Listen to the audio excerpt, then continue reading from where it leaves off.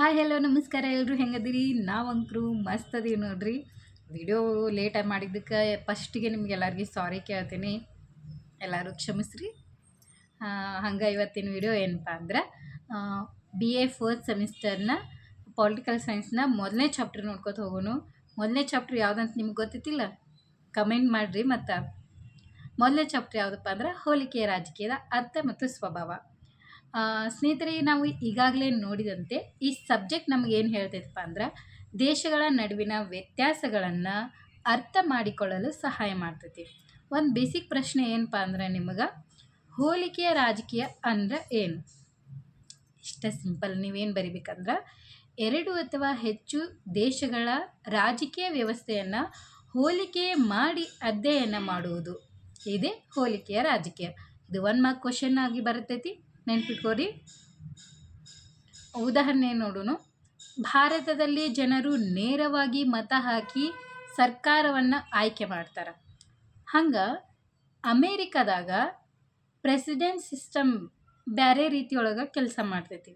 ಅಂದ್ರೆ ಇದು ಏನಪ್ಪ ಅಂದ್ರೆ ನಮ್ಮ ದೇಶದಾಗ ಯಾವ ರೀತಿ ಸರ್ಕಾರ ನಡಿತೈತಿ, ಬೇರೆ ದೇಶದೊಳಗೆ ಯಾವ ರೀತಿ ಸರ್ಕಾರ ನಡಿತೈತಿ ಅಂತಂದು ಎರಡನ್ನೂ ಹೋಲಿಕೆ ಮಾಡ್ಬೇಕು. ಕಂಪೇರಿಸನ್ ಮಾಡಿದಾಗ ನಮಗೆ ಯಾವುದು ಕರೆಕ್ಟು ಯಾವುದು ತಪ್ಪು ಅಂತಂದು ಅರ್ಥ ಆಕೈತಿ, ಯಾವುದು ಸರಿಯಾಗಿ ಐತಂತಂದು ಗೊತ್ತಾಕೈತಿ.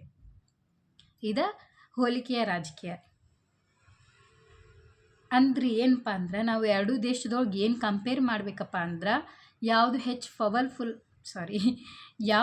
ಪವರ್ಫುಲ್ ಆಗೈತಿ ಮತ್ತು ಯಾವುದು ಹೆಚ್ಚು ಸ್ಟೇಬಲ್ ಆಗೈತಿ ಮತ್ತು ಹಂಗೆ ಯಾವುದು ಫಾಸ್ಟ್ ಡಿಸಿಷನ್ ತೊಗೊಳ್ತೈತೆ ಅಂತಂದು ಎಲ್ಲ ಪ್ರಶ್ನೆಗೂ ಆನ್ಸರ್ ಸಿಗುತ್ತಲ್ಲ, ಅದು ಹೋಲಿಕೆಯ ರಾಜಕೀಯ.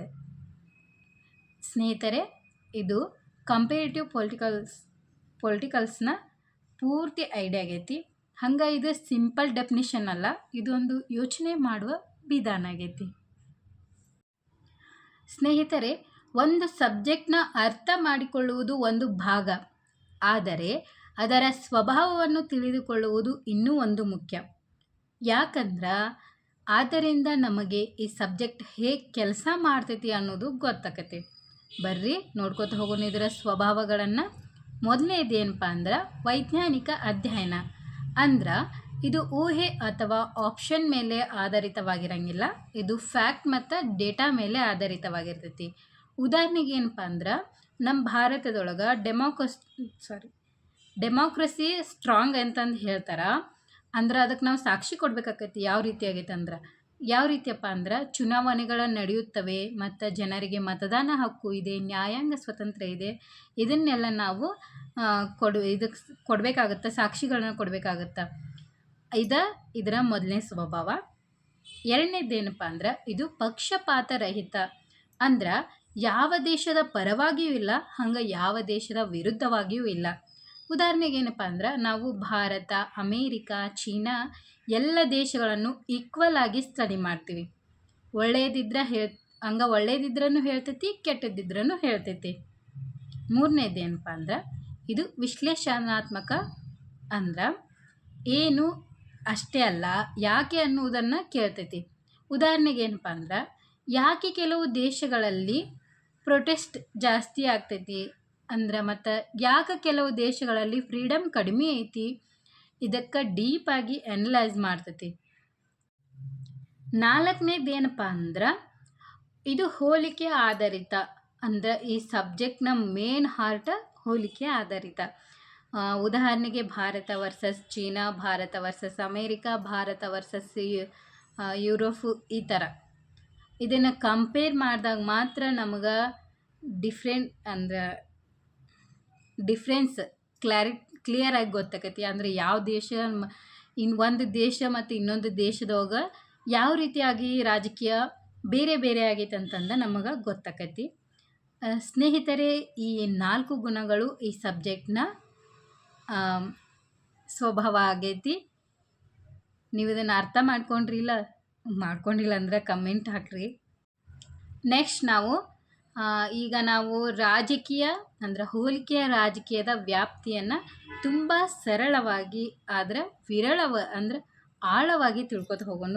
ಬರ್ರಿ ಸ್ನೇಹಿತರೆ, ವ್ಯಾಪ್ತಿ ಅಂದರೆ ಏನು? ಈ ಸಬ್ಜೆಕ್ಟ್ ಅಥವಾ ಬೇರೆ ಯಾವುದೋ ಒಂದು ಸಬ್ಜೆಕ್ಟ್ನ ವಿಷಯಗಳನ್ನು ಒಳಗೊಂಡಿದೆ ಅನ್ನುವುದನ್ನು ಹೇಳುವುದು. ಅಂದ್ರೆ ಯಾವ ಯಾವ ವಿಷಯಗಳನ್ನು ಒಳಗೊಂಡಿದೆ ಅನ್ನೋದು ಹೇಳೋದು ವ್ಯಾಪ್ತಿಯಾಗೈತಿ. ಬರ್ರಿ ಅಂದ್ರೆ ಏನಪ್ಪ ಅಂದ್ರೆ ಇಷ್ಟ ಸಿಂಪಲ್. ಹೋಲಿಕೆ ರಾಜಕೀಯ ಎಷ್ಟು ದೊಡ್ಡ ಸಬ್ಜೆಕ್ಟ್ ಅನ್ನೋದನ್ನು ಇಲ್ಲಿ ಗೊತ್ತಾಕೈತಿ. ಮೊದಲನೇದ್ದು ಆಡಳಿತ ವ್ಯವಸ್ಥೆಗಳು. ಅಂದರೆ ಇದರೊಳಗೆ ವಿಭಿನ್ನ ದೇಶಗಳಲ್ಲಿ ಯಾವ ರೀತಿಯ ಸರ್ಕಾರ ಇದೆ ಅನ್ನುವುದು ಇಲ್ಲಿ ಅಧ್ಯಯನ ಮಾಡ್ತೀವಿ. ಉದಾಹರಣೆಗೆ ಭಾರತದಲ್ಲಿ ಸಂಸತ್ತಿನ ವ್ಯವಸ್ಥೆ, ಅಮೇರಿಕಾದಲ್ಲಿ ಅಧ್ಯಕ್ಷೀಯ ವ್ಯವಸ್ಥೆ, ಚೀನಾದಲ್ಲಿ ಒಂದೇ ಪಕ್ಷದ ಆಡಳಿತ. ಇಲ್ಲಿ ನಾವು ಪ್ರಶ್ನೆ ಕೇಳ್ತೀವಿ, ಯಾವ ವ್ಯವಸ್ಥೆ ಜನರಿಗೆ ಹೆಚ್ಚು ಸ್ವಾತಂತ್ರ್ಯ ಕೊಡುತ್ತದೆ, ಯಾವುದು ಹೆಚ್ಚು ಸ್ಥಿರ? ಅಂದರೆ ನಾವು ಇದರಿಂದ ಏನು ಕಲ್ಕೋತೀವಪ್ಪ ಅಂದ್ರೆ, ಯಾವುದು ಜನರಿಗೆ, ಯಾವ ದೇಶದ ರಾಜಕೀಯ ಜನರಿಗೆ ಹೆಚ್ಚು ಸ್ವಾತಂತ್ರ್ಯವನ್ನು ನೀಡ್ತೈತೆ ಅನ್ನೋದು ನಮ್ಗೆ ಇದರಿಂದ ಗೊತ್ತಾಕೈತಿ. ನಮ್ಮ ದೇಶದೊಳಗೆ ಹೆಚ್ಚು ಜನರಿಗೆ ಸ್ವಾತಂತ್ರ್ಯ ನೀಡ್ತಾರೋ ಅಥವಾ ಬೇರೆ ದೇಶದಲ್ಲಿ ಜನರಿಗೆ ಹೆಚ್ಚು ಸ್ವಾತಂತ್ರ್ಯ ನೀಡ್ತಾರೋ ಅನ್ನೋದು ನಮಗೆ ತಿಳ್ಕೊತೀವಿ. ಎರಡನೇದೇನಪ್ಪ ಅಂದ್ರೆ ರಾಜಕೀಯ ಸಂಸ್ಥೆಗಳು. ಅಂದ್ರೆ ಒಂದು ದೇಶ ಸರಿಯಾಗಿ ನಡೆಯೋಕ್ಕೆ ಕೆಲವು ಮುಖ್ಯ ಸಂಸ್ಥೆಗಳು ಇರ್ತಾವೆ. ಅಂದ್ರೆ ಉದಾಹರಣೆಗೆ ಸಂಸ್ಥೆಗಳು ಯಾವ ರೀತಿಯಪ್ಪ ಅಂದ್ರೆ ವಿಧಾನ ಮಂಡಳಿ, ಕಾರ್ಯನಿರ್ವಹಣಾ ವಿಭಾಗ, ನ್ಯಾಯಾಂಗ. ಅಂದರೆ ಉದಾಹರಣೆಗೆ ಭಾರತದಲ್ಲಿ ಸಂಸತ್ತು ಕಾನೂನು ಮಾಡ್ತಾರೆ, ನ್ಯಾಯಾಂಗನ ಪರಿಶೀಲನೆ ಮಾಡ್ತಾರೆ. ಇಲ್ಲಿ ನಾವು ವಿಶ್ಲೇಷಣೆ ಮಾಡ್ತೀವಿ. ಅಂದರೆ ಯಾವ ದೇಶದಲ್ಲಿ ನ್ಯಾಯಾಂಗ ಬಲವಾಗಿದೆ, ಯಾವ ದೇಶದಲ್ಲಿ ಭ್ರಷ್ಟಾಚಾರ ಜಾಸ್ತಿ ಐತೆ ಅಂತಂದು ಇವು ಹೋಲಿಕೆ ರಾಜಕೀಯದೊಳಗೆ ನಾವು ಅರ್ಥ ಮಾಡ್ಕೋತೀವಿ. ಮೂರನೇದೇನಪ್ಪ ಅಂದ್ರೆ ರಾಜಕೀಯ ವರ್ತನೆ. ಅಂದ್ರೆ ಜನರು ರಾಜಕೀಯದಲ್ಲಿ ಹೇಗೆ ನಡೆದುಕೊಳ್ತಾರೆ ಅನ್ನೋದನ್ನು ಇಲ್ಲಿ ನೋಡ್ತೀವಿ. ಇದು ಏನೇನು ಒಳಗೊಂಡೈತಪ್ಪ ಅಂದ್ರೆ ಮತದಾನ, ಭಾಗವಹಿಸುವಿಕೆ, ಪ್ರತಿಭಟನೆ. ಅಂದರೆ ಉದಾಹರಣೆಗೆ ಭಾರತದಲ್ಲಿ ಚುನಾವಣಾ ಸಮಯದಲ್ಲಿ ಜನರು ಹೆಚ್ಚು ಮತ ಹಾಕ್ತಾರೆ, ಕೆಲವು ದೇಶಗಳಲ್ಲಿ ಜನರು ಮತ ಹಾಕೋದೇ ಇಲ್ಲ. ಇಲ್ಲಿ ನಾವು ಕೇಳ್ತೀವಿ ಏನಪ್ಪ ಅಂದ್ರೆ, ಯಾಕೆ ಕೆಲವರು ಮತ ಹಾಕುವುದಿಲ್ಲ, ಯಾಕೆ ಪ್ರತಿಭಟನೆಗಳು ನಡೀತವೆ ಅಂತಂದು ಪ್ರಶ್ನೆಗಳು ಹುಟ್ಕೋತಾವೆ. ನಾಲ್ಕನೇದೇನಪ್ಪ ಅಂದ್ರೆ ರಾಜಕೀಯ ಸಂಸ್ಕೃತಿ. ಅಂದ್ರೆ ಜನರ ಮನೋಭಾವ ಮತ್ತು ನಿಲುವು. ಉದಾಹರಣೆಗೆ ಏನಪ್ಪ ಅಂದ್ರೆ ಕೆಲವು ದೇಶಗಳಲ್ಲಿ ಜನರು ಸರ್ಕಾರವನ್ನು ನಂಬ್ತಾರೆ, ಕೆಲವು ಕಡೆ ಕಡಿಮೆ ನಂಬ್ತಾರೆ. ಪರಿಣಾಮ ಏನಕ್ಕತ್ತಪ್ಪ ಅಂದ್ರೆ ನಂಬಿಕೆ ಇದ್ರೆ ಸ್ಥಿರವಾಗಿರ್ತೈತಿ, ನಂಬಿಕೆ ಇಲ್ದಿದ್ರೆ ಅಶಾಂತಿಗಳು ಉಂಟಾಕ್ಕವು. ಐದನೇದೇನಪ್ಪ ಅಂದ್ರೆ ರಾಜಕೀಯ ಪ್ರಕ್ರಿಯೆಗಳು. ಅಂದ್ರೆ ರಾಜಕೀಯದಲ್ಲಿ ನಡೆಯುವ ಮುಖ್ಯ ಪ್ರಕ್ರಿಯೆಗಳು ಏನಪ್ಪ ಅಂದ್ರೆ ಚುನಾವಣೆಗಳು, ನೀತಿ ರೂಪಿಸುವಿಕೆ, ನಿರ್ಧಾರ ತೆಗೆದುಕೊಳ್ಳುವುದು. ಅಂದರೆ ಉದಾಹರಣೆಗೆ ಏನಪ್ಪ ಅಂದ್ರೆ ಭಾರತದಲ್ಲಿ 5 ವರ್ಷಕ್ಕೊಮ್ಮೆ ಚುನಾವಣೆ ನಡೀತೈತಿ, ಸಂಸತ್ತಿನಲ್ಲಿ ನೀತಿಗಳು ಪಾಸ್ ಆಗ್ತಾವೆ. ಇಲ್ಲಿ ನಾವೇನು ಕೇಳ್ತೀವಪ್ಪ ಅಂದ್ರೆ ಚುನಾವಣೆಗಳು ನ್ಯಾಯಸಮ್ಮತವಾಗಿವೆಯಾ, ನೀತಿಗಳು ಜನರಿಗೆ ಉಪಯುಕ್ತವಾಗಿವೆಯಾ ಅಂತಂದು ನಮ್ಗೆ ತಿಳಿತೈತಿ. ಆರನೇದೇನಪ್ಪ ಅಂದ್ರೆ ಶಕ್ತಿ ಮತ್ತು ಅಧಿಕಾರ. ಯಾರು ದೇಶದಲ್ಲಿ ಶಕ್ತಿ ಹೊಂದಿದ್ದಾರೆ ಅಂದರೆ ಉದಾಹರಣೆಗೆ ಪ್ರಜಾಪ್ರಭುತ್ವದಲ್ಲಿ ಜನರಿಗೆ ಶಕ್ತಿ ಹೆಚ್ಚಿರ್ತೈತಿ. ಯಾವುದಪ್ಪ ಇದು, ಒಂದು ನಿಮಿಷ ತಡ್ರಿ, ಸಾರಿ. ಹಂಗೆ ಬೇರೆ ದೇಶದೊಳಗೆ ಒಬ್ಬ ವ್ಯಕ್ತಿಗೆ ಶಕ್ತಿ ಜಾಸ್ತಿ ಇರ್ತೈತಿ. ಇಲ್ಲಿ ನಾವು ಏನು ನೋಡ್ತೀವಪ್ಪ ಅಂದ್ರೆ ಶಕ್ತಿ ದುರುಪಯೋಗವಾಗ್ತಿದೆಯಾ ಅಥವಾ ಅದನ್ನು ಹೇಗೆ ನಿಯಂತ್ರಣ ಮಾಡ್ತಾರೆ ಅನ್ನೋದನ್ನು ನಾವು ಕಲ್ಕೊತ ಹೋಗ್ತೀವಿ. ಏಳನೇದು ವಿಕಾಸ ಮತ್ತು ಬದಲಾವಣೆ. ಅಂದ್ರೆ ದೇಶಗಳು ಹೇಗೆ ಅಭಿವೃದ್ಧಿಯಾಗುತ್ತಿವೆ ಅನ್ನೋದನ್ನು ನಾವು ಇಲ್ಲಿ ಅಧ್ಯಯನ ಮಾಡ್ತೀವಿ. ಉದಾಹರಣೆಗೆ ಭಾರತ ಅಭಿವೃದ್ಧಿ ಹೊಂದುತ್ತಿರುವ ದೇಶ, ಅಮೇರಿಕ ಅಭಿವೃದ್ಧಿ ಹೊಂದಿದ ದೇಶ. ಅಂದ್ರೆ ನಾವಿಲ್ಲೇನು ಕಲ್ಕೋತೀವಪ್ಪ ಅಂದ್ರೆ ಈ ದೇಶಗಳು ಯಾವ ರೀತಿಯಾಗಿ ಅಭಿವೃದ್ಧಿ ಹೊಂದಾವು ಅಂತಂದು ನೋಡ್ಕೋತೀವಿ. ಯಾವ ದೇಶಗಳು ಅಭಿವೃದ್ಧಿ ಹೊಂದಿದ್ದಾವು, ಯಾವುವು ಇನ್ನೂ ಹೊಂದಾಕತ್ತಾವು, ಯಾವ ಇನ್ನೂ ಹೊಂದಿಲ್ಲ ಅನ್ನೋದು ತಿಳ್ಕೊತೀವಿ ನಾವು. ಎಂಟನೇದು ಅಂತಾರಾಷ್ಟ್ರೀಯ ಪ್ರಭಾವ. ಅಂದ್ರೆ ಒಂದು ದೇಶದ ರಾಜಕೀಯ ಮೇಲೆ ಇನ್ನೊಂದು ದೇಶದ ಪ್ರಭಾವ. ಅಂದರೆ ಉದಾಹರಣೆಗೆ ಅಮೇರಿಕ ನಿರ್ಧಾರಗಳು ಇತರ ದೇಶಗಳ ಮೇಲೆ ಪರಿಣಾಮ ಬೀರ್ತವೆ. ಅಂದ್ರೆ ಜಾಗತಿಕ ನಿರ್ಧಾರಗಳನ್ನು ಅಂದ್ರೆ ಈಗ ಒಂದು ದೇಶದ ನೀತಿ ನಿರ್ಧಾರಗಳು ಇನ್ನೊಂದು ದೇಶದ ಮೇಲೆ ಪರಿಣಾಮ ಬೀರ್ತವಪ್ಪ ಅಂದ್ರೆ NA ಅಂದ್ರೆ ಯುನೈಟೆಡ್ ನೇಷನ್ ಜಾಗತಿಕ ನಿರ್ಧಾರಗಳನ್ನು ತೆಗೆದುಕೊಳ್ತೈತಿ. ಇಲ್ಲಿ ನಾವು ಏನು ಪ್ರಶ್ನೆ ಕೇಳ್ತೀವಪ್ಪ ಅಂದ್ರೆ ಹೊರಗಿನ ಒತ್ತಡ ದೇಶದ ರಾಜಕೀಯವನ್ನು ಬದಲಾವಣೆ ಮಾಡ್ತೈತಿ. ಅಂದ್ರೆ ಬೇರೆ ದೇಶದ ಒತ್ತಡ ನಮ್ಮ ದೇಶದಲ್ಲಿ ರಾಜಕೀಯವನ್ನು ಬೇರೆ ರೀತಿಯಾಗಿಯೇ ತೆಗೆದುಕೊಂಡು ಹೋಗ್ತೈತಿ.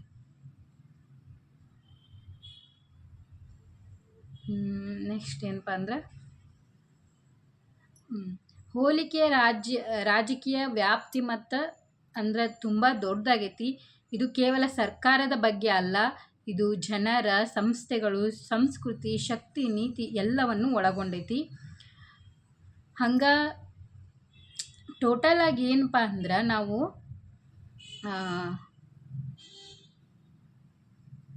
ಈ ಹೋಲಿಕೆಯ ರಾಜಕೀಯದ ವ್ಯಾಪ್ತಿ ಏನು ಹೇಳ್ತೈತಪ್ಪ ಅಂದ್ರೆ ನಮಗೆ ಆಡಳಿತ ವ್ಯವಸ್ಥೆಗಳನ್ನು ನೋಡ್ತೀವಿ ನಾವು. ಯಾವ ರೀತಿಯಾಗಿ ಬೇರೆ ದೇಶ ಮತ್ತು ನಮ್ಮ ದೇಶದಲ್ಲಿ ಕಂಪೇರ್ ಮಾಡಿಕೊಂಡು ಆಡಳಿತ ವ್ಯವಸ್ಥೆ ಯಾವ ರೀತಿಯಾಗೈತೆ ಅಂತ ನಾವು ಕಲ್ಕೋತೀವಿ. ಹಂಗೆ ನಾವು ರಾಜಕೀಯ ಸಂಸ್ಥೆಗಳನ್ನು ಕಲ್ಕೋತೀವಿ. ಅಂದರೆ ಯಾವ ರೀತಿಯಾಗಿ ಬೇರೆ ದೇಶದಲ್ಲಿ ಯಾವ ರೀತಿಯಾಗಿ ರಾಜಕೀಯ ಸಂಸ್ಥೆಗಳು ಕಾರ್ಯನಿರ್ವಹಿಸ್ತಿದ್ದಾವೆ, ಹಾಗೆ ನಮ್ಮ ದೇಶದಲ್ಲಿ ಯಾವ ರೀತಿಯಾಗಿ ಕಾರ್ಯನಿರ್ವಹಿಸುತ್ತವೆ ಎಂದು ನೋಡ್ತೀವಿ. ಹಂಗೆ ನಾವು ರಾಜಕೀಯ ವರ್ತನೆಯನ್ನು ನೋಡ್ತೀವಿ. ನಮ್ಮ ದೇಶದಲ್ಲಿ ರಾಜಕೀಯ ವರ್ತನೆ ಯಾವ ರೀತಿಯಾಗಿದೆ, ಹಾಗೆ ಬೇರೆ ದೇಶದಲ್ಲಿ ರಾಜಕೀಯ ಯಾವ ರೀತಿಯಾಗಿ ವರ್ತನೆಯನ್ನು ಮಾಡುತ್ತದೆ ಅಂತ ನಾವು ಈ ವ್ಯಾಪ್ತಿಯಲ್ಲಿ ನೋಡ್ತೀವಿ. ಹಂಗೆ ರಾಜಕೀಯ ಸಂಸ್ಕೃತಿ ಬಗ್ಗೆ ನೋಡ್ತೀವಿ. ನಮ್ಮ ದೇಶದಲ್ಲಿ ಯಾವ ರೀತಿಯಾಗಿ ರಾಜಕೀಯ ಸಂಸ್ಕೃತಿ ಇದೆ, ಹಾಗೆ ಬೇರೆ ದೇಶದಲ್ಲಿ ಯಾವ ರೀತಿಯಾಗಿ ರಾಜಕೀಯ ಸಂಸ್ಕೃತಿ ನೋಡ್ತೀವಿ. ಹಂಗೆ ಪ್ರಕ್ರಿಯೆಗಳನ್ನು ನೋಡ್ತೀವಿ ಮತ್ತು ಶಕ್ತಿ ಮತ್ತು ಅಧಿಕಾರ ನೋಡ್ತೀವಿ. ಅಂದ್ರೆ ನಮ್ಮ ದೇಶದಲ್ಲಿ ಯಾವ ರೀತಿಯಾಗಿ ಯಾರ ಕೈಯಲ್ಲಿ ಶಕ್ತಿ ಮತ್ತು ಅಧಿಕಾರ ಜಾಸ್ತಿ ಐತಿ, ಹಂಗೆ ಬೇರೆ ದೇಶದಲ್ಲಿ ಯಾರ ಕೈಯಲ್ಲಿ ಅಧಿಕಾರ ಜಾಸ್ತಿ ಐತೆ ಅಂತಂದು ಅರ್ಥ ಮಾಡ್ಕೋತೀವಿ. ಮತ್ತು ಬೇರೆ ದೇಶ ಮತ್ತು ನಮ್ಮ ದೇಶಗಳನ್ನು ಹೋಲಿಕೆ ಮಾಡಿ ಯಾವ ರೀತಿಯಾಗಿ ನಮ್ಮ ದೇಶವನ್ನು ಇನ್ನೂ ಬದಲಾವಣೆ ಮಾಡ್ಕೋಬೇಕು, ಬೇರೆ ದೇಶಗಳು ಯಾವ ರೀತಿಯಾಗಿ ಬದಲಾವಣೆ ಆಗ್ಯಾವ ಅಂತಂದು ನೋಡ್ತೀವಿ. ಕಡೆಯದಾಗಿ ನಾವೇನು ನೋಡ್ತೀವಪ್ಪ ಅಂದ್ರೆ ಬೇರೆ ದೇಶಗಳ ನಮ್ಮ ದೇಶಗಳ ಮೇಲೆ ಅಥವಾ ಬೇರೆ ದೇಶಗಳ ಮೇಲೆ ಪ್ರಭಾವವನ್ನು ಹೆಂಗೆ ಬೀರವ ಅಂತಂದು ನೋಡ್ತೀವಿ. ಇದಿಷ್ಟು ವ್ಯಾಪ್ತಿಯಾಗಿತ್ತು. ಈಗ ನಾವು ಏನು ನೋಡ್ತೀವಪ್ಪ ಅಂದ್ರೆ ರಾಜಕೀಯದ ಪ್ರಾಮುಖ್ಯತೆಯನ್ನು ಹೋಲಿಕೆಯ ರಾಜಕೀಯದ ಪ್ರಾಮುಖ್ಯತೆಯನ್ನು ತಿಳ್ಕೊಂಡು ಬರ್ರಿ.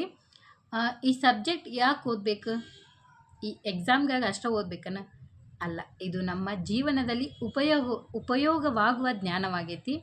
ಬರ್ರಿ ಇದರ ಪ್ರಾಮುಖ್ಯತೆಯನ್ನು ನೋಡ್ಕೊತ ಹೋಗೋಣ. ಅಂದ್ರೆ ಈ ಹೋಲಿಕೆಯ ರಾಜಕೀಯದ ಪಾಠವನ್ನು ನಾವು ಯಾಕೆ ಕಲಿಯತ್ತೀವಿ, ಇದ್ರ ಪ್ರಾಮುಖ್ಯತೆ ಏನಂತಂದು ನೋಡ್ಕೊತ ಹೋಗೋಣ, ಯಾಕೆ ಕಲಿಬೇಕನ್ನೋದು ನೋಡ್ಕೊತ ಹೋಗೋಣ. ಮೊದಲನೇ ಪಾಯಿಂಟ್, ವಿಭಿನ್ನ ದೇಶಗಳನ್ನು ಅರ್ಥ ಮಾಡಿಕೊಳ್ಳಲು. ಅಂದ್ರೆ ಪ್ರತಿಯೊಂದು ದೇಶವು ಬೇರೆ ರೀತಿಯಲ್ಲಿ ಆಡಳಿತ ನಡೆಸುತ್ತವೆ. ಅಂದ್ರೆ ಈಗ ನಮ್ಮ ದೇಶ ಮತ್ತು ಬೇರೆ ದೇಶ ಎರಡೂ ಆಡಳಿತ ಒಂದೇ ಥರ ಇರುತ್ತಾನ? ಇಲ್ಲ. ಆ ದೇಶದೊಳಗೆ ಅವರು ಒಂಥರ ರೀತಿಯಲ್ಲಿ ಅವರು ಆಡಳಿತ ಮಾಡಿದ್ರೆ ನಮ್ಮ ದೇಶದೊಳಗೆ ನಮ್ಮದೇ ಆದಂಥ ಒಂದು ಆಡಳಿತ ಇರ್ತೈತಿ. ಅದನ್ನು ನಾವು ಕಲ್ಕೊತೀವಿ. ಉದಾಹರಣೆಗೆ ಭಾರತದಲ್ಲಿ ಪ್ರಜಾಪ್ರಭುತ್ವ, ಹಂಗೆ ಚೀನಾದೊಳಗೆ ಒಂದೇ ಪಕ್ಷದ ಆಡಳಿತ, ಈ ಥರ. ಇದನ್ನು ಓದಿದ್ರೆ ನಾವು ಬೇರೆ ದೇಶಗಳ ವ್ಯವಸ್ಥೆಗಳನ್ನು ಸುಲಭವಾಗಿ ಅರ್ಥ ಮಾಡ್ಕೊತೀವಿ. ಮೊದಲನೇ ಪಾಯಿಂಟ್ ಅರ್ಥ ಆಯ್ತಾ? ಈಗ ಸೆಕೆಂಡ್ ಪಾಯಿಂಟ್ ನೋಡೋಣ. ಉತ್ತಮ ಆಡಳಿತ ಅಂದ್ರೆ ಬೇರೆ ದೇಶಗಳಿಂದ ಒಳ್ಳೆಯ ವಿಷಯಗಳನ್ನು ಕಲಿತೀವಿ. ಅಂದರೆ ಏನೋ ನಮ್ಮ ದೇಶದೊಳಗೆ ಏನೋ ಒಂದು ಸ್ವಲ್ಪ ರಾಜಕೀಯದೊಳಗೆ ವ್ಯತ್ಯಾಸ ಆಗಿತ್ತಂದ್ರೆ ನಾವು ಇನ್ನೊಂದು ದೇಶದಿಂದ ಅದನ್ನು ತಗೊಂಡು ನಾವು ಅಳವಡಿಸ್ಕೋಬೋದು. ಆ ರೀತಿಯಾಗಿ ನಾವು ಈ ಹೋಲಿಕೆ ರಾಜಕೀಯ ಕಲಿಯೋದ್ರಿಂದ ಇಷ್ಟು ನಮ್ಗೆ ಉಪಯೋಗ ಐತಿ. ಉದಾಹರಣೆಗೆ ಏನಪ್ಪ ಅಂದ್ರೆ ಕೆಲವು ದೇಶಗಳಲ್ಲಿ ಎಜುಕೇಷನ್ ಸಿಸ್ಟಮ್ ಸ್ಟ್ರಾಂಗ್ ಐತಿ, ಕೆಲವು ದೇಶಗಳಲ್ಲಿ ಕಡಿಮೆ ಐತಿ. ಇದರಿಂದ ನಮ್ಮ ದೇಶದಲ್ಲಿ ನಾವು ಹೆಂಗೆ ಇಂಪ್ರೂವ್ಮೆಂಟ್ ಮಾಡ್ಕೋಬೇಕು ಅನ್ನೋದು ನಾವು ಕಲ್ಕೋತೀವಿ. ಈಗ ಮೂರನೇ ಪಾಯಿಂಟ್ ನೋಡೋಣ. ಮೂರನೇ ಪಾಯಿಂಟ್ ಏನಪ್ಪ ಅಂದ್ರೆ ಜಾಗೃತ ನಾಗರಿಕರಾಗಲು. ನಾವು ಇದನ್ನು ಯಾಕೆ ಕಲಿಬೇಕಪ್ಪ ಅಂದ್ರೆ ಚುನಾವಣೆಯಲ್ಲಿ ಸರಿಯಾದ ಡಿಸಿಷನ್ ತೆಗೆದುಕೊಳ್ಳಲು, ಫೇಕ್ ನ್ಯೂಸನ್ನು ಗುರುತಿಸಲು. ನಾವು ಇದನ್ನು ಕಲಿಯೋದ್ರಿಂದ ನಮ್ಗೆ ಎಷ್ಟು ಉಪಯೋಗ ಐತಿ. ಚುನಾವಣೆಯಲ್ಲಿ ಏನಾದರೂ ತಪ್ಪಾಗಿತ್ತಂದ್ರೆ ನಮ್ಗೆ ಗುರ್ತಾಕೈತಿ. ಹಂಗೆ ಫೇಕ್ ನ್ಯೂಸ್ ಯಾವುದು, ಒರಿಜಿನಲ್ ನ್ಯೂಸ್ ಯಾವುದು ಅನ್ನೋದು ನಮಗೆ ಅರ್ಥ ಆಕೈತಿ. ನಾಲ್ಕನೇದು ಏನಪ್ಪ ಅಂದ್ರೆ ಸಮಸ್ಯೆಗಳನ್ನು ಅರ್ಥ ಮಾಡಿಕೊಳ್ಳಲು ನಾವು ಇದನ್ನು ಓದಬೇಕು. ಹೆಂಗಪ್ಪ ಅಂದ್ರೆ ಸಮಾಜ ಮತ್ತು ರಾಜಕೀಯ ಸಂಸ್ಥೆಗಳನ್ನು ಡೀಪಾಗಿ ಅರ್ಥ ಮಾಡ್ಕೋಬೋದು. ಭ್ರಷ್ಟಾಚಾರ ಗೊತ್ತಾಕೈತಿ, ನಿರುದ್ಯೋಗ ಗೊತ್ತಾಕೈತಿ ನಮಗೆ ಎಷ್ಟೆಷ್ಟು ಮಟ್ಟಿಗೆ ಐತೆ ಅಂತಂದು. ನಾವಿಲ್ಲಿ ಏನು ಕೇಳ್ತೀವಪ್ಪ ಅಂದ್ರೆ, ಈ ಸಮಸ್ಯೆಗಳು ಯಾಕೆ ಬರ್ತಾವು, ಅದನ್ನ ಹೇಗೆ ಸಾಲ್ವ್ ಮಾಡ್ಬೇಕು ಅಂದ್ರೆ, ಈಗ ಬೇರೆ ದೇಶದೊಳಗೆ ಈ ಸಮಸ್ಯೆ ಬಂದಿರ್ತಾವೆ, ಅವರು ಏನೋ ಒಂದು ಪರಿಹಾರಗಳನ್ನು ಕಂಡುಕೊಂಡು ಅದನ್ನು ಸಾಲ್ವ್ ಮಾಡಿರ್ತಾರೆ. ಹಂಗೆ ನಾವು ಅದನ್ನು ನಮ್ಮ ದೇಶದೊಳಗೆ ಅಳವಡೆ ಅಂದ್ರೆ ತಗೋಬೇಕಂತಂದು, ಸಾರಿ ಅದು ಪಟ್ನ ವರ್ಡ್ಸ್ ಬರಂಗೇ ಇಲ್ಲ ಸಾರಿ. ಈಗ ನಾವು ಬೇರೆ ದೇಶದೊಳಗೆ ಸಾಲ್ವ್ ಮಾಡಿರ್ತಾರಲ್ಲ, ಅದನ್ನು ನಮ್ಮ ದೇಶದೊಳಗೆ ಸಾಲ್ವ್ ಮಾಡ್ಕೊಳಕ್ಕೆ ಅದನ್ನ ಹೆಂಗೆ ನಾವು ಅಳವಡಿಕೆ ಮಾಡ್ಕೋಬೇಕಂತಂದು ನಾವು ನೋಡ್ಕೊತ ಹೋಗ್ತೀವಿ. ಎಲ್ಲರೂ ತಪ್ಪಾಗಿದ್ರೆ ಸಾರಿ ರೀ, ಈಗ ಹೇಳತ್ತೀನಿ. ನನಗೂ ಇನ್ನು ಹೆಂಗೆ ಮಾಡ್ಬೇಕು ಅನ್ನೋದು ನಂಗೆ ಅರ್ಥ ಆಗಲ್ತು. ನೀವು ಒಂದು ಸ್ವಲ್ಪ ಕಮೆಂಟ್ ಮಾಡಿ ಹೇಳ್ರಿ, ಈ ರೀತಿ ಮಾಡಿರಿ ಅಂತಂದು. ಏನಾರು ಇದಾಗಿತ್ತಂದ್ರೆ ಸಾರಿ ರೀ. ಇವಾಗ 5ನೇ ಪಾಯಿಂಟ್ ನೋಡೋಣ. 5ನೇ ಪಾಯಿಂಟ್ ಯಾವುದಪ್ಪ ಅಂದ್ರೆ, ತಾರ್ಕಿಕ ಯೋಜನೆ. ಅಂದರೆ ಇದು ನಮ್ಮ ಥಿಂಕಿಂಗ್ ಲೆವೆಲ್ನ ಇನ್ಕ್ರೀಸ್ ಮಾಡ್ತೈತಿ. ಯಾವ ರೀತಿಪ್ಪ ಅಂದ್ರೆ, ಯಾವ ಸಿಸ್ಟಮ್ ಬೆಟ್ರ್ ಆಗೈತಿ, ಯಾವುದು ಕರೆಕ್ಟ್ ಆಗೈತೆ ಅಂತಂದು ತಿಳ್ಕೊತೀವಿ ನಾವು. ಇದನ್ನು ಬ್ಲೈಂಡಾಗಿ ನಂಬಂಗಿಲ್ಲ, ನಾವು ಅನಲೈಸ್ ಮಾಡಿ ಹಂಗೆ ಡಿಸೈಡ್ ಮಾಡ್ಕೋತೀವಿ. 6ನೇದು ಏನಪ್ಪ ಅಂದ್ರೆ, ಜಾಗತಿಕ ತಿಳುವಳಿಕೆ. ಅಂದ್ರೆ ವಿಶ್ವ ರಾಜಕೀಯವನ್ನು ಅರ್ಥ ಆಕೈತೆ ನಮಗೆ. ಅಂದರೆ ಯಾವ ದೇಶದಾಗ ವಾರಗಳು ಹೆಂಗೆ ಅದಾವು, ಮತ್ತು ಅಗ್ರಿಮೆಂಟ್ಸ್ ಏನೇನಾಗ್ಯಾವು, ಮತ್ತು ಇಂಟರ್ನ್ಯಾಷನಲ್ ರಿಲೇಷನ್ಶಿಪ್ ಯಾವ ಥರ ಐತೆ ಅಂತಂದು ತಿಳ್ಕೊತೀವಿ ನಾವು. ಮತ್ತು ಇದರಿಂದ ನಮ್ಮ ನಾಲೆಜು ಜಾಸ್ತಿ ಆಗ್ತೈತಿ. 7ನೇದು ಏನಪ್ಪ ಅಂದ್ರೆ, ಕೆರಿಯರ್ ಆ್ಯಂಡ್ ಎಕ್ಸಾಮ್ಗೆ ಹೆಲ್ಪ್ ಆಕೈತಿ. ಯಾವ ರೀತಿಪ್ಪ ಅಂದರೆ, ಇವು ನಮ್ಮ ಕಾಂಪಿಟೇಟಿವ್ ಎಕ್ಸಾಮ್ಗೆ ಹೆಲ್ಪ್ ಆಕವು. ಯಾವ ರೀತಿಯಪ್ಪ ಅಂದ್ರೆ, UPSC KPSC ಈ ಥರ ಬರೆಯೋದು ಮುಂದೆ ನಮಗೆ ಜೊತೆ ಆಗ್ತೈತಿ. ಇದಿಷ್ಟು ಒಟ್ಟಾರೆಯಾಗಿ ನಾವು ಹೋಲಿಕೆ ರಾಜಕೀಯದ ಪ್ರಾಮುಖ್ಯತೆ ಅಂದ್ರೆ ಇದರಿಂದ ನಾವು ಏನು ಕಲಿತೀವಪ್ಪ ಅಂದ್ರೆ, ವಿಭಿನ್ನ ದೇಶಗಳನ್ನು ಅರ್ಥ ಮಾಡ್ಕೋತೀವಿ, ಮತ್ತು ಉತ್ತಮ ಆಡಳಿತ ಯಾವುದಂತಂದು ತಿಳ್ಕೊತೀವಿ. ಹಂಗೆ ಜಾಗೃತ ನಾಗರಿಕರಾಗ್ತೀವಿ, ಸಮಸ್ಯೆಗಳನ್ನು ಅರ್ಥ ಮಾಡ್ಕೋತೀವಿ, ಮತ್ತು ಥಿಂಕಿಂಗ್ ಲೆವೆಲ್ ಜಾಸ್ತಿ ಆಗ್ತೈತಿ. ಹಂಗೆ ಜಾಸ್ತಿ ಪೂರ್ತಿ ವಿಶ್ವದ ಬಗ್ಗೆ ನಮಗೆ ತಿಳುವಳಿಕೆ ಬರ್ತೈತಿ, ಜಾಗರೂಕರಾಗ್ತೀವಿ, ಮತ್ತು ನಮ್ಗೆ ಕೆರಿಯರ್ಗೂ ಮತ್ತು ಎಕ್ಸಾಮ್ಗೂ ಇಂಪಾರ್ಟೆಂಟ್ ಆಗ್ತೈತಿ. ಇದಿಷ್ಟು ಹೋಲಿಕೆಯ ರಾಜಕೀಯದ ಪ್ರಾಮುಖ್ಯತೆ ಆಗಿತ್ತು. ಮುಂದಿನ ವಿಡಿಯೋದಾಗ ನಾವು ಮತ್ತು ಮುಂದಿನ ಇದ್ರ ಚಾಪ್ಟರ್ ಕಂಟಿನ್ಯೂ ಮಾಡೋಣ ಅಂತ. ಇದಿಷ್ಟು ಈ ವಿಡಿಯೋ ಆಗಿತ್ತು. ವಿಡಿಯೋ ಹೆಂಗೆ ಅನಿಸ್ತಂತಂದು ಕಮೆಂಟ್ ಮಾಡಿರಿ, ಲೈಕ್ ಮಾಡಿರಿ, ಶೇರ್ ಮಾಡಿರಿ. ತಿಳಿಲಿಲ್ಲ ಅಂದ್ರೆ ಕೇಳ್ರಿ, ಕಮೆಂಟ್ ಮಾಡಿರಿ ಯಾವ ರೀತಿ ಇನ್ನೂ ಬೇಕಂತಂದು. ಧನ್ಯವಾದಗಳು, ನಮಸ್ಕಾರ. ಮುಂದಿನ ವಿಡಿಯೋದಲ್ಲಿ ಸಿಗೋಣ.